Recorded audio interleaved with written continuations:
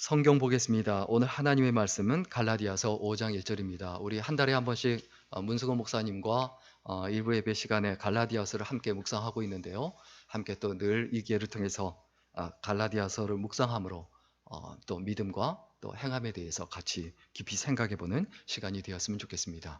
우리 갈라디아서 5장 1절 말씀 같이 읽겠습니다. 시작. 그리스도께서 우리를 자유롭게 하려고 자유를 주셨으니 그러므로 굳건하게 서서 다시는 종의 매개를 매지 말라. 아멘. 문수거 목사님 말씀 전해주시겠습니다.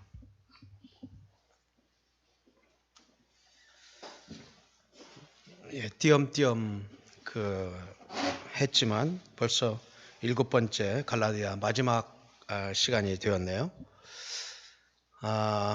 갈라디아서는 갈라디아 지방에 있는 교회에게 사도 바울이 보낸 편지입니다. 사도 바울이 목회했던 갈라디아 교회에 율법도 지켜야 한다는 그런 거짓 교사들이, 구원을 받기 위해서는 예수 그리스도만 가지고는 불충분하다, 율법도 함께 지켜야 한다는 거짓 교사들이 들어와서 그 갈라디아 교회, 사도 바울이 진리로 털을 닦아놓았던 교회가 그 거짓 교사들에 의해서 한순간에 넘어가 버렸습니다. 그래서 사도 바울이 그 갈라디아 교회들에게 보낸 편지가 갈라디아서고 1장과 2장에는 그 거짓 교사들이 사도 바울을 자꾸 흠을 잡았어요. 사도 바울이 복음을 전할 만한 그러한 자격이 있느냐? 그는 예수님과 함께 있지도 않았던 사람인데 그는 사도가 아니다. 사도 바울이 전해놓았던 복음을 부정하기 위해서 사도 바울을 자꾸 부정하기 때문에 사도 바울이 1장과 2장에는 사도의 정당성에 대해서, 내가 왜 사도인가, 내가 전하는 말씀이 왜 주님의 말씀인가에 대해서 1, 2장, 그리고 3, 4장에서는 율법에 대해서 설명을 합니다. 왜 율법은 구원의 기능이 없는가? 율법 자체는 선한 것이지만 율법은 왜 구원의 기능이 없는가? 그래서 그 율법에 대한 설명을 3장, 4장에서 해주고요. 그리고 5장, 6장에서는 이제 그러면 다시 복음을 설명하면서 해결책, 지금 율법주의, 복음과 율법을 혼합해 놓은 이 혼합주의에 넘어가 버린 갈라디아 교회인들, 그 상태에 있는 넘어가 버린 상태에 있는 갈라디아 교회인들에게 그러면 너희가 어떻게 해야 다시 제자리로 돌아올 수 있느냐, 어떻게 해야 다시 복음으로 돌아올 수 있느냐를 설명하는 것이 5장, 6장이 되겠습니다. 여러 번 말씀을 드렸지만 오늘 우리 한국 교회도 갈라디아 교회와 같은 혼합주의에 상당히 어지러운 그러한 교계가 되고 있습니다. 우리 기독교가 상당히 컨테미네이트 됐어요. 오염돼 있었어요. 그 섞인 복음으로 성공주의, 기복주의, 율법주의 막 이런 것들로 섞어서 마치 교회만 크면 성공적인 복음인 것처럼 이렇게 혼합된 복음이 판을 치는 이 한국 교회에 우리는 갈라디아서를 통해서 다시 복음으로 돌아가야 하는 그런 시대에 살고 있다고 여러 번 강조를 드렸습니다. 오늘 5장, 6장 마지막 시간을 여러분과 함께 나누기 전에 제가 3장, 4장 지난 시간에 말씀을 전하면서 3장에서 잠깐 놓친 단어 하나가 있는데요. 그것은 초등교사라는 것입니다. 율법은 초등교사의 역할을 한다. 그것이 이제 이 개정개혁 성경에는 지금 초등교사로 나와 있는데 그 전 성경에는 몽학선생이라 이렇게 나와 있고요. 헬라어 원문에는 파이다고고라는 그러한 단어가 사용되고 있습니다. 율법은 어떤 역할을 해주느냐? 몽학선생, 초등교사 역할을 한다. 그 얘기예요. 이제 주인이 있고 한 집에 종이 있습니다. 이 로마 시대 때니까요. 그러면 이 종이라는 것은 주인의 하나의 그 소유물에 지나지 않잖아요. 그런데 그 주인의 아들이 태어나면서부터 이 주인의 아들은 자유자로 태어납니다. 종과는 전혀 다른 그러한 신분을 가지고 태어나는데 그 주인의 아들이 자랄 때, 공부할 때, 그 주인의 뒤를 이어받을 자격을 갖출 때까지 자랄 때 그 아들을 돌보는 종, 그를 학교에 데리고 가고 데려오고 또 모르는 것이 있으면 세상에 대해서 또 여러 가지로 알려주고 하는 가정교사는 아니지만 보모 역할도 하고 또 선생님 역할도 하면서 그를 보호해주는 그 가디안 역할을 해주는 종이 있었는데 그걸 가르쳐서 파이다고고라 그렇게 했어요. 그러니까 율법은 바로 이런 초등교사, 몽학선생 역할을 한다. 이 이야기를 3장 4장에서 율법을 설명하면서 사도 바울이 하고 있습니다. 여러분, 우리가 그리스도를 만나서 거듭나기 전까지는 율법이 우리를 이렇게 다른 길로 나가지 못하도록, 큰 범죄를 저지르지 않도록 우리를 이렇게 울타리를 쳐주는 역할을 이 율법이 합니다. 그것은 그리스도를 우리가 만나기 전까지입니다. 그리스도를 우리가 영접하고 우리가 거듭나기 전까지 이 율법이 범죄한 인간들을 큰 죄를 짓지 못하도록, 살인하지 말라, 간음하지 말라, 우상을 섬기지 말아라, 이렇게 가이드를 쳐서 울타리를 쳐서 더 큰 범죄를 짓지 않도록 막아주는 역할을 율법이 합니다. 그러나 그 율법 자체에는 구원의 기능이 없어요. 바로 그 역할을 사도 바울은 파이다고고 몽학선생에 빗대서 설명을 하는 것입니다. 인간은 태어나면 원죄를 물려받아서 율법주의자로 태어나게 되는 것입니다. 여러분, 우리의 DNA는 이제 그 율법주의에 훨씬 익숙합니다. 복음은 우리가 타고난 인간의 그 죄악된 인간성에 상당히 반합니다. 구원을 공짜로 준다는데, 내가 한 일이 없는데 예수 그리스도의 피로 그 십자가의 보혈로 준다는 말은, 그 논리는 우리에게 맞지 않아요. 세상에 공짜가 어디 있는데, 내가 뭔가 해야지. 내가 뭔가를 해야 구원을 얻든지 뭘 하든지 하지, 세상에 공짜가 어디 있어. 그것이 우리 죄악된 성품에, 우리가 태어나서 죄인으로 가만 놔두면 죄인이 되는데 그 죄인의 성품에, 그 죄인의 논리에 훨씬 잘 맞는 것입니다. 그래서 태어나면서부터 사람은 원죄를 가지고 태어나고 율법주의자로 태어나는 것입니다. 사도 바울도 그랬습니다. 그리스도를 만나기 전까지 그는 철저한 율법주의자였습니다. 그래서 우리가 그리스도를 만나면서 이제 그 몽학선생에게서 벗어나는 것입니다. 우리가 그리스도를 만나기 전까지 율법은 우리로 하여금 이 큰 길을 만들어 놓고 큰 죄를 짓지 못하도록 우리를, 이렇게 하면 죄다, 그러니까 이렇게 하면 안 돼, 살인하면 안 돼, 간음하면 안 돼 라고 우리를 막아주는 역할을 합니다. 그러나 그 율법 자체에는 구원의 기능이 없어요. 그래서 우리는 율법주의자가 되면 안 되는 거예요. 율법주의자. 그래서 몽학선생이라는 말을 썼고요. 오늘 이제 5장과 6장에 이게 결론적으로 여러분에게 드릴 말씀은, 제가 두 가지 말씀을 드리고 싶은데 5장 1절에 나타난 말씀입니다. 그리스도께서 우리를 자유롭게 하시려고 자유를 주셨다. 그러니까 다시 말하면 예수 그리스도께서 하신 모든 일, 십자가를 지시고 우리를 위해서 비참하게 대신 대속 제물로 돌아가신 그 모든 일은 너희를 자유롭게 살게 하기 위해서 그렇게 하셨다는 거예요. 저는 어려서 자라면서 그 율법 신앙 속에서 자랐습니다. 제가 어릴 때 주일날 버스를 타지 못했어요. 주일날 헌금 반절 가지고 친구들하고 알사탕 사 먹었다가 장로님들한테 걸려서 엉덩이 맞고 손 들고 벌 서고 그랬어요. 그러니까 하지 마라는 것만 절대 해서는 안 된다. 뭐 사 먹으면 안 된다. 거룩한 안식일 날.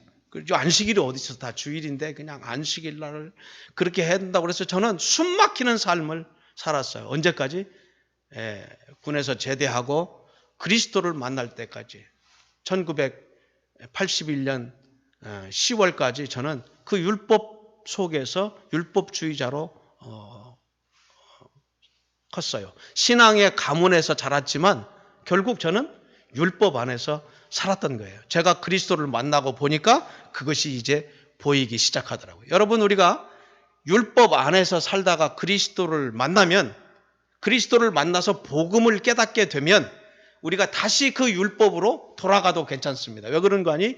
그 율법은 그리스도를 만난 뒤에, 내가 거듭난 뒤에 성령과 함께 살면서 보는 율법은 이제 완성된 율법이에요. 우리가 그리스도를 만나기 전에, 거듭나기 전에 보는 율법은 우리를 얽매이는 것이고 우리를 귀찮게 하는 것이고 우리를 힘들게 하는 것이고 거기에는 구원의 기능이 없지만, 우리가 그리스도를 만난 뒤에 우리가 배웠던 구약, 우리가 아는 율법은 다시 우리에게 완성된 율법으로 우리에게 해석이 되기 때문에 그 율법은 우리에게 유익합니다. 예를 들면, 한 가지 예만 들자면 이런 거예요.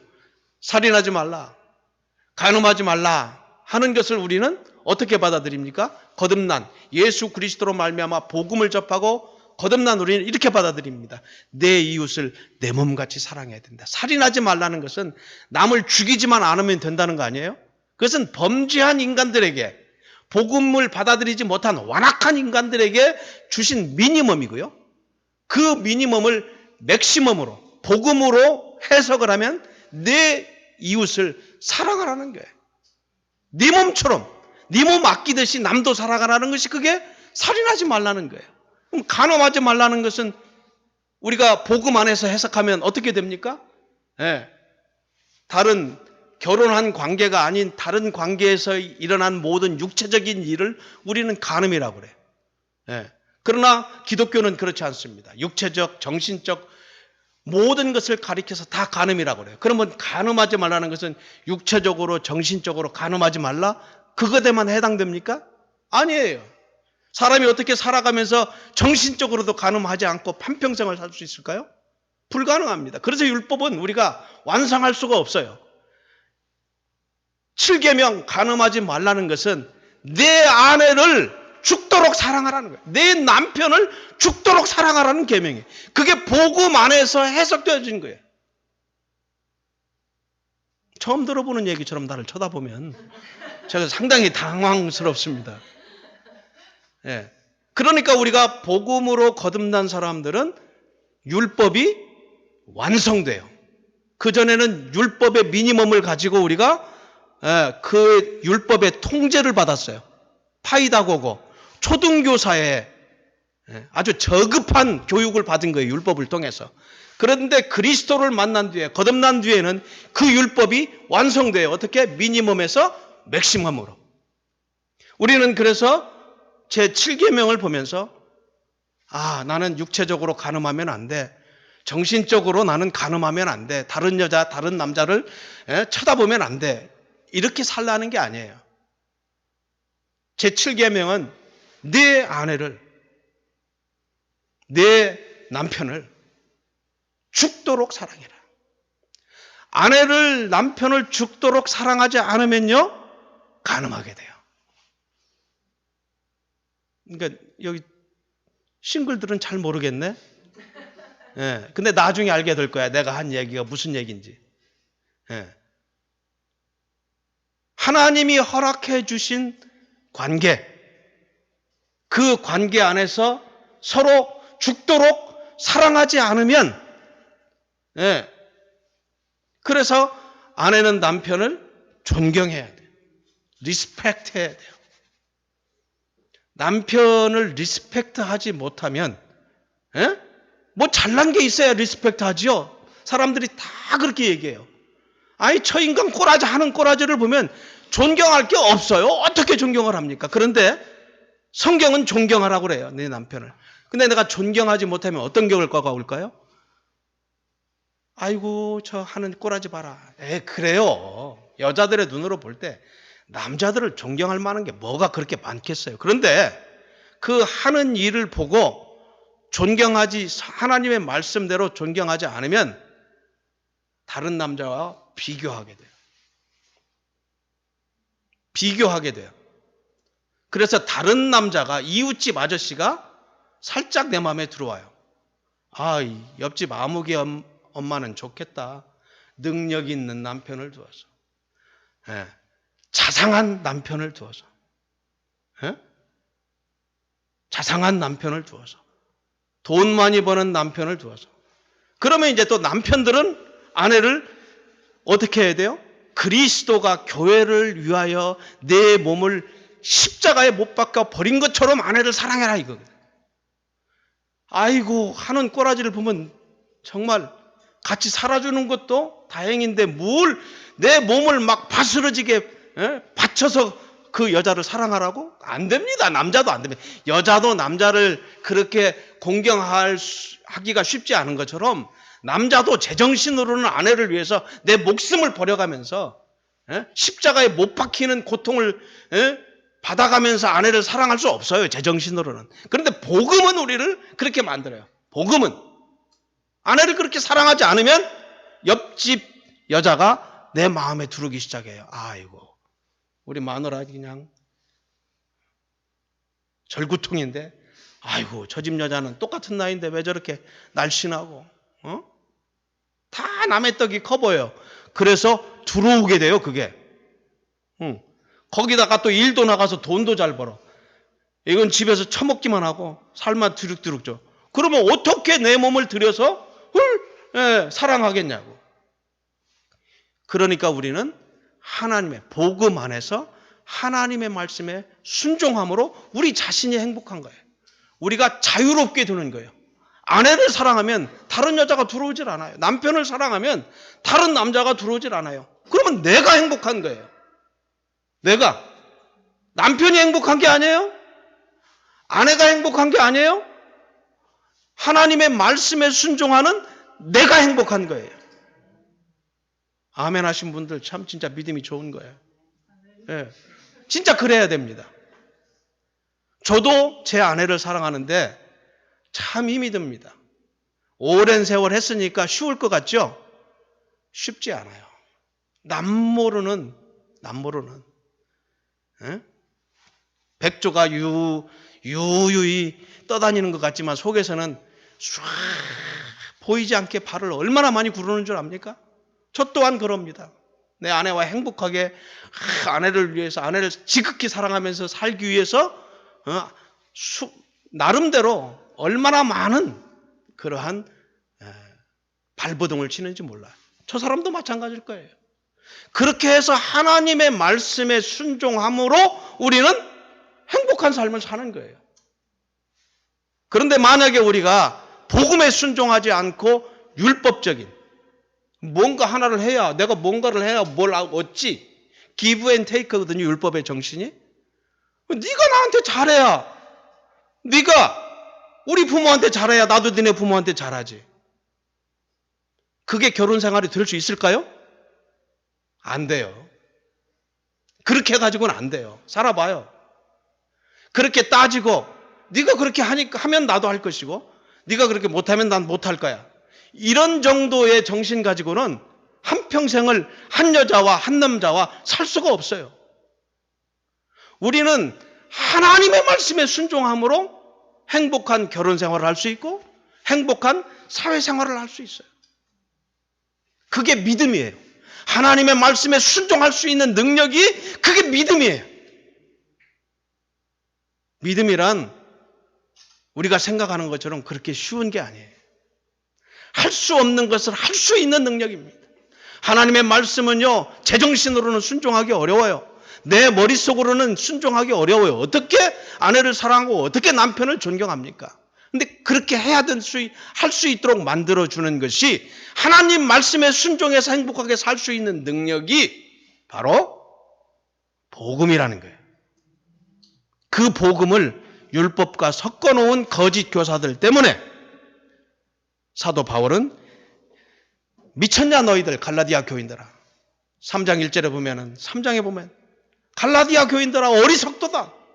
예수 그리스도께서 너희를 위하여 죽으신 것이 눈앞에 보이는데 어떻게 너희들이 그 복음을 버리고 홀라당 그렇게 거짓 교사에게 넘어갈 수가 있느냐. 거짓 교리에 넘어갈 수가 있느냐라고 한탄하고 있는 것입니다.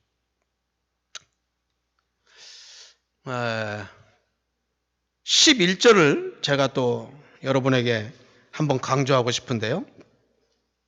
형제들아 내가 지금까지 할례를 전한다면 어찌하여 지금까지 박해를 받으리요. 그리하였으면 십자가의 걸림돌이 제거되었으리니. 자, 사도 바울을 한번 생각해 보세요. 사도 바울은 정말 명품 가정에서 태어났습니다. 그는 그냥 태어나면서부터 그는 금수저였어요. 그리고 금수저의 길을 걸었어요. 조국이나 조국의 딸과는 상대도 될 수 없는 그는 태어나면서부터 로마 시민권을 가지고 있었고요. 다소에서 태어나서 최고 명문 교육을 받았어요. 그리고 그는 지위적으로도 바리새인 중에 바리새인이었고 종교적으로요. 지위적으로도 그는 상당히 높은 지위에 있었어요. 그런데 그가 그리스도를 만나고 다시 말하면 복음을 만난 뒤로 그동안 자기가 목숨 걸었던 율법주의자를 버렸잖아요. 배설물같이 버려버렸잖아요. 그러니까 다시 말하면 그가 복음 때문에 자기의 기득권을 배설물처럼 아낌없이 버렸다는 거예요. 내 기득권을 버렸다는 거예요. 여러분, 복음을 접하신 분이 이 중에 계실 텐데 여러분이 복음을 접하시고 버린 기득권이 몇 개나 되는지 한번 생각해 보십시오. 내가 예수님을 만나서 복음을 만나서 내가 복음 때문에 버려버린 그런 기득권, 내가 충분히 누릴 수 있음에도 불구하고 누리지 않고 내 스스로 내버린 것이 뭐가 있는지 한번 살펴보세요.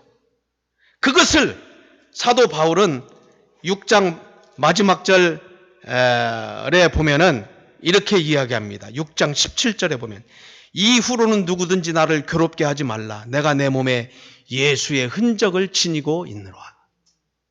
스티그마. 아주 유명한 말입니다. 헬라 언어로 스티그마라는 말인데 채찍을 맞았거나 또는 칼에 베이면은 그 이렇게 흉터가 남잖아요. 예? 내 몸에 예수 믿어서 남은 예수님 때문에 당한 내가 기득권을 버리고 예수님 때문에 당한 고난의 흔적이 내 몸에 머리부터 발끝까지 있다는 거예요. 지금 여러분에게는 여러분의 삶 속에는 여러분의 몸에는 예수 믿는 것 때문에 어떤 손해를 봤습니까? 그래서 그것 때문에 어떤 흔적이 남아 있습니까? 나에게 어떤 흔적이 남아 있습니까? 그 흔적이 없다면 주님 앞에 설 때 매우 부끄러울 것입니다. 내가 예수님 때문에 버린 것이 뭐냐, 손해본 것이 뭐냐 이 말.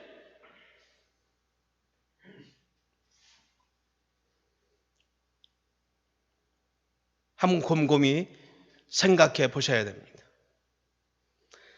그 다음에 이제 5장의 1절에 이제 그 사도 바울이 그 박해를 받은 것을 가지고 내가 율법을 버렸기 때문에 기득권을 버렸기 때문에 지금까지 박해를 받는다.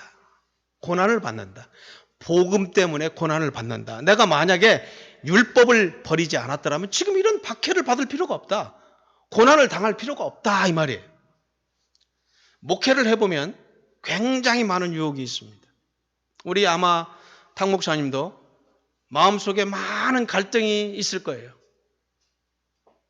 교회가 부흥을 하려면요. 교회를 부흥시키고 하려면 인간의 마음에 맞는 말씀을 전하고 인간의 머리에 맞는 달콤한 말을 전해야 돼요.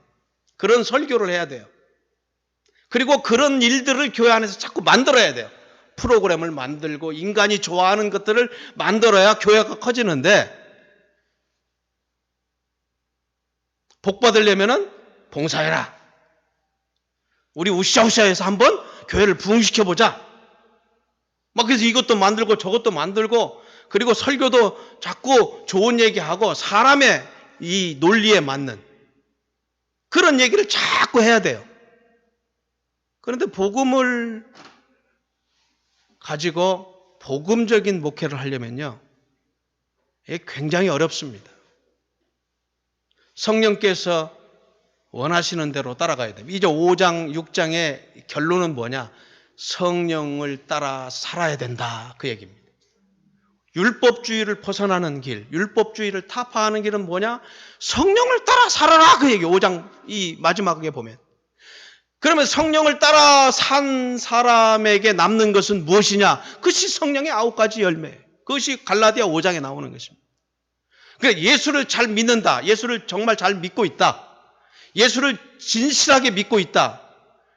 그걸 우리가 알 수는 없죠. 예. 왜 그런 거니? 뭐 겉만 봐서는 열심히 봉사하고 뭐 헌금하고 하는 사람들이 예수 잘 믿는 것 같으니까. 근데 그것만 봐서는 모르는 거예요. 왜?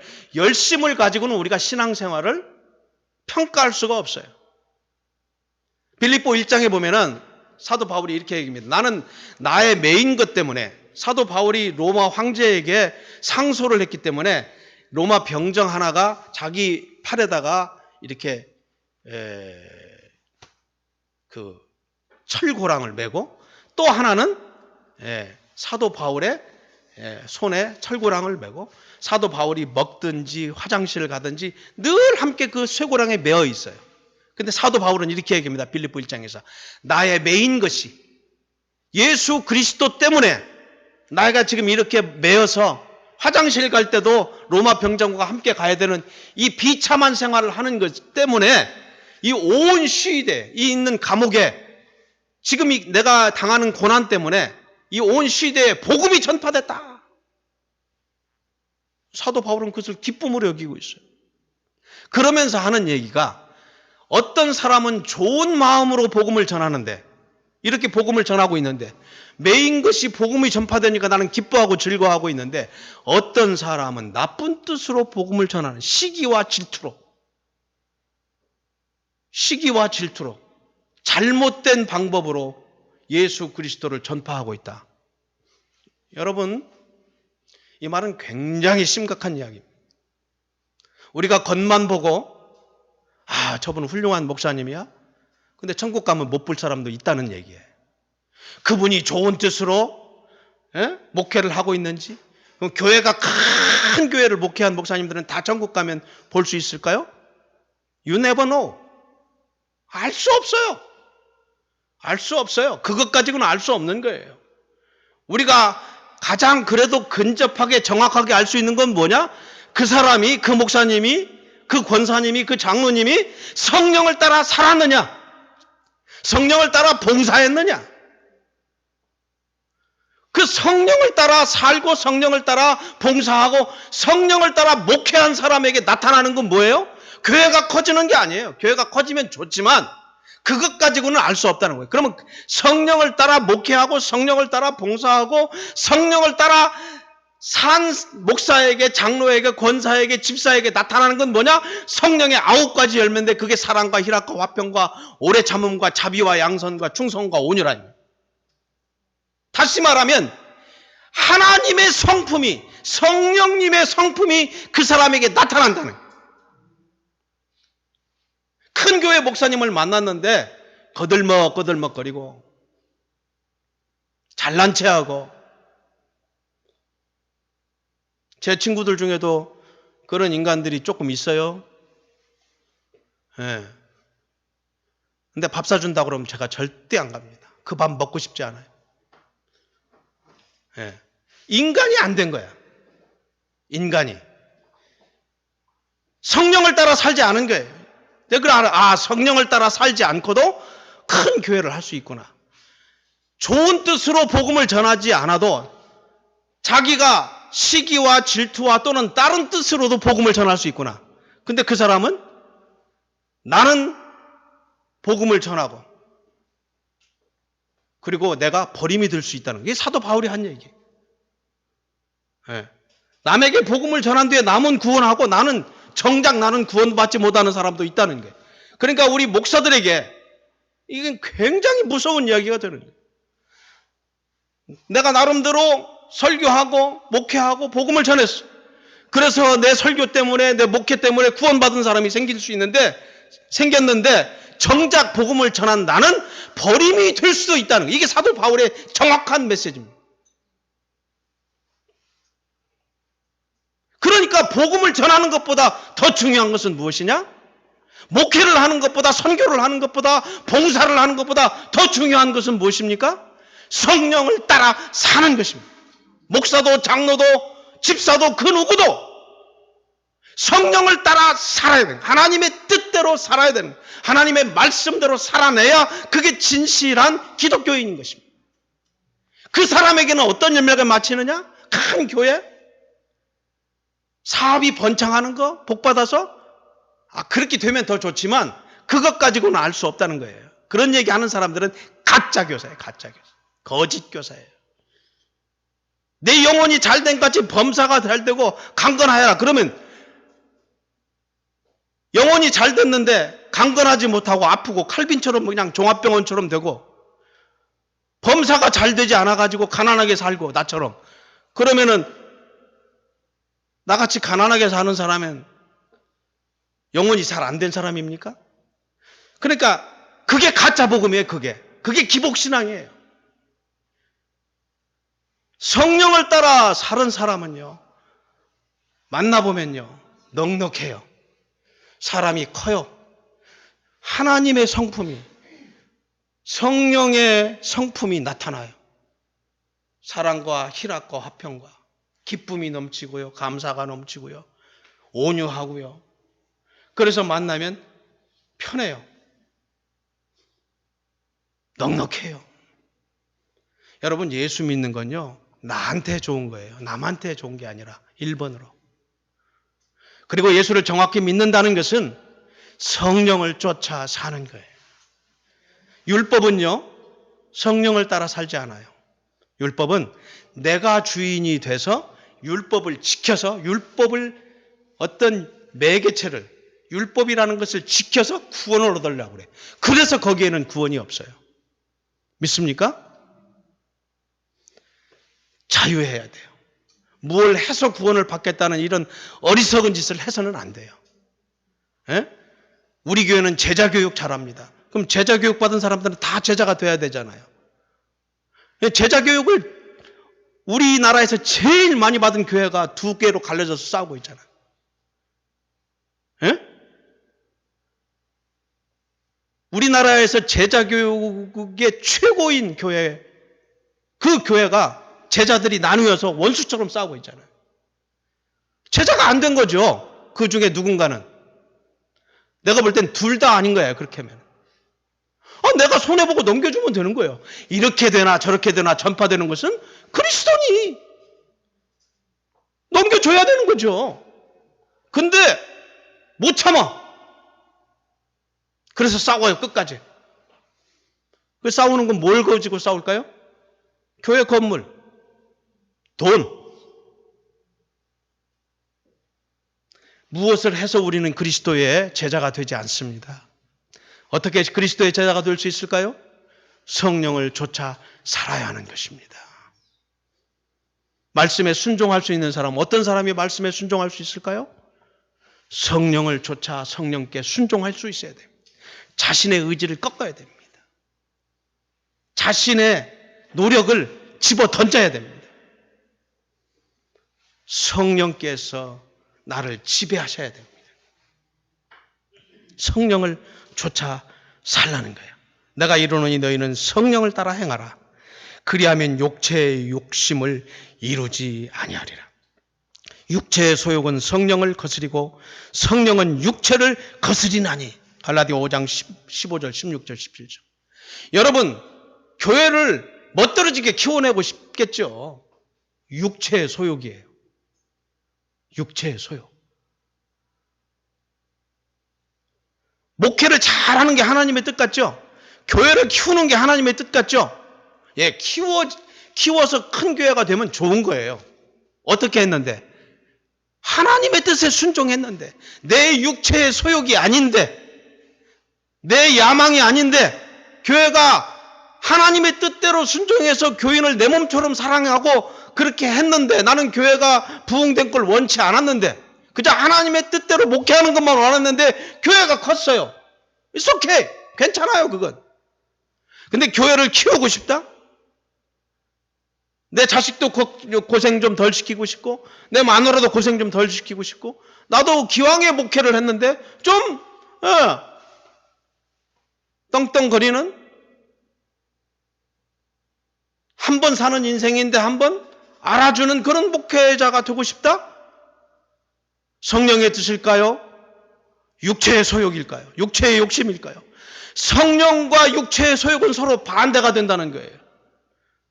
그런데 우리는 이 교회 안에서 그걸 분별하지 못해요. 교회를 위해서 하는 모든 일은 다 하나님의 뜻이라고 몰아붙입니다. 천만의 말씀, 만만의 공덕입니다. 교회를 위해서 희생하는 모든 것은 다 하나님의 뜻이다. 누가 그런 얘기를 했어요? 교회 안에서도 자신의 욕심과 소욕을 따라서 일하는 사람들이 많은 거예요. 목사도 그럴 수 있고 장로도 그럴 수 있고. 그러니까 육체의 소욕을 죽여야 돼요. 육체를 따라 살면 안 돼요. 성령을 따라 살아야 돼요. 자신만만한 사람들, 자기 교회를 자랑하는 사람들, 자기가 하나님의 말씀대로 살고 있다고 막 자신만만하게 얘기하는 사람들을 이렇게 들여다보면 율법주의자들이 꽤 많아요. 우리는 그렇지 않아요. 우리는 그렇지 않아요. 표신하지 않는 일을 주로 해요. 남들이 알아주지 않는 일을 주로 해요. 하나님이 기뻐하시는 일을 해요. 하나님의 종들이 기뻐하는 일을 하면서 누가 아이고 목사님 고생하시네, 그런 소리 하지 말아요. 그런 소리 하지 마세요. 예. 저는 마땅히 할 일을 했을 뿐입니다. 이렇게 해야 이게 제대로 된 사람인 거예요. 얼마나 자랑이 많은지. 조금 하는 것만 조금 잃어도, 교회만 조금 몇백 명 돼도 몇천 명 돼도 그냥 자기를 자랑하려고 해요. 뭐 조금 뭘 하고 나서 자랑하려고, 그런 건 하지 말아야 돼. 그건 하지 말아야 돼요. 제가 미국에서 개척을 해가지고 어떤 교회하고 합쳤어요. 큰 교회하고, 건물이 큰 교회하고 합쳤어요. 그래서 합치고 딱 보니까, 그리고 나서 제일 먼저 한 일이 뭔지 압니까? 오후 예배를 없애는 일이었어요. 우리 장로님들이 그러더라고. 목사님, 예배를 많이 드릴수록 좋은 건데 왜 있는 예배를 없애려고 그럽니까? 저녁 예배 드립시다. 기뻐하는 마음으로 예배를 드리고 싶어서 드려야지. 11시 예배 드려서 12시 반에 끝났는데 밥 30분 동안 먹고 1시에 2시에 예배를 후딱 드려서 때우고 빨리 집에 가려고, 도망가려고. 그런 예배를 뭐하러 드립니까? 오후 예배 없앱시다. 장로님, 예배를 정말 드리고 싶으면 저녁 예배 드립시다. 난 저녁 예배 정말 한 2시간씩 찬양도 많이 하고 통성기도도 하고 그렇게 드리고 싶습니다. 그건 싫다는 거예요. 왜 예배를 억지로 그냥 때우느냐 이 말이에요. 그렇게 드리는 예배를 하나님이 기뻐하시겠냐 이 말이에요. 없애버렸어요. 그 다음에 한 일이 뭔지 압니까? 멋들어진 성가대가 있었어요. 멋들어진 성가대가. 교회 규모에 비해서 성가대가 빵빵해. 거기 진짜 인간들은 다 들어가요. 거기 안수집사들, 뭐 권사들 들어가서 성가대가 얼마나 큰 소리를 치는지. 그리고 아무 일도 안 해요. 성가대 하는 일이 제일 바빠. 성가대 때문에 아무것도 못해. 교사도 못하고 봉사도 못하고 아무것도 못해. 그냥 주일날 일찍 와가지고 성가 연습해서 멋들어지게 쫙 하고, 그 다음에 예배 밥 먹고 끝나고 밥 먹고 나면 그 다음에는 바로 성가에 들어가서 서너 시간 또. 그리고 자기들끼리 뭐 침묵해하고 자기들. 가만히 한 달쯤 두고 보다가 다음 주부터 성가대 없습니다. 그랬어. 성가대 없어버렸어. 우리가 다 성가대입니다. 제가 잘했다는 게 아니라 여러분 신앙생활을 그냥 위에서부터 잘하면서 보고 배운 대로 하면 안 돼요. 저도 3대째 크리스찬 가정에서 자라요. 우리 아버님이 숙부님이 다 목회하셨어요. 그럼 어려서는 아버지가 어머니가 교회가 하라는 대로 하고 컸어요. 저도. 그래서 율법주의자였어요. 제가 복음을 만난 것은 예수님을 만난 것은 23살 때예요. 아직 여러분 예수님을 만나지 못했다면 교회 다니는 거하고 예수를 믿는 거하고는 다른 문제예요. 여러분 중에 율법주의자가 있을 수도 있다는 거예요. 하기 싫은 일을 하고 있을 수 있다는 거예요.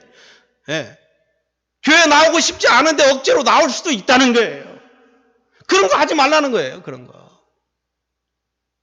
자유의 종을 자유로 종 노릇을 해라. 이 말씀을 하고 마치겠습니다.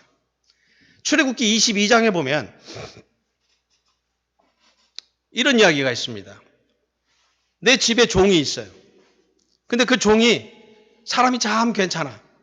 그런데 이제 희년을 맞으면 율법에 따라 이 종을 방면시켜줘야 돼요. 놔줘야 돼요. free.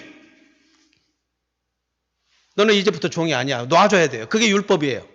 그게 이스라엘 법이에요. 그래서 희년에 놔줬어요. 너 이제는 우리부터 이제 종에서부터 이제부터는 종이 아니야. 나가라. 가서 이제 자유롭게 평민으로 잘 살아 하고 놔줬어요. 그런데 이 종이 자유를 얻은 뒤에 가만히 생각해 보니까 자기 주인이 자기를 종으로 무시하고 깔보고 막 그렇게 해서 자기를 대한 것이 아니라 지금까지 자기는 종의 신분이고 그분은 하늘 같은 주인인데 그분이 나를 따뜻하게 보살펴줬어. 나를 마치 자기 가족처럼 돌봐줬어. 그래서 내가 지금 나가면 내가 여기서 살던 것보다 더 잘 살 수 있을 것 같지 않아. 이런 좋은 사람을 만나서 함께 살 수 있을 것 같지 않아. 이거보다 편하게 살 수 있을 것 같지 않아.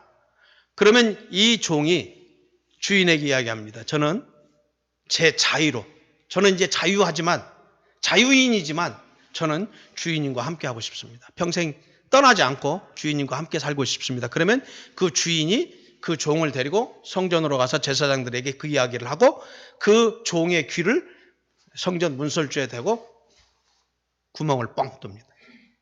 그래서 너는 자유한 종이다.